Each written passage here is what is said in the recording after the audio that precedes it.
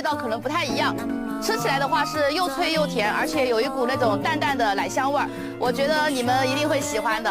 这里就是我们哈密瓜的采摘和挑选的现场了啊！你看到地上的这些套了网袋的，就是全部都可以扒货的，像这种没有套网袋的，就是选出来不要的。我们现在的损耗的话，大概是在30%左右，因为我们挑的比较狠哈，有一点小小的瑕疵的都不会要。我们明天把这货拉到那个广西，就可以从广西那边发出了，因为海南的话可能发货时效不太好，所以我们都是整车。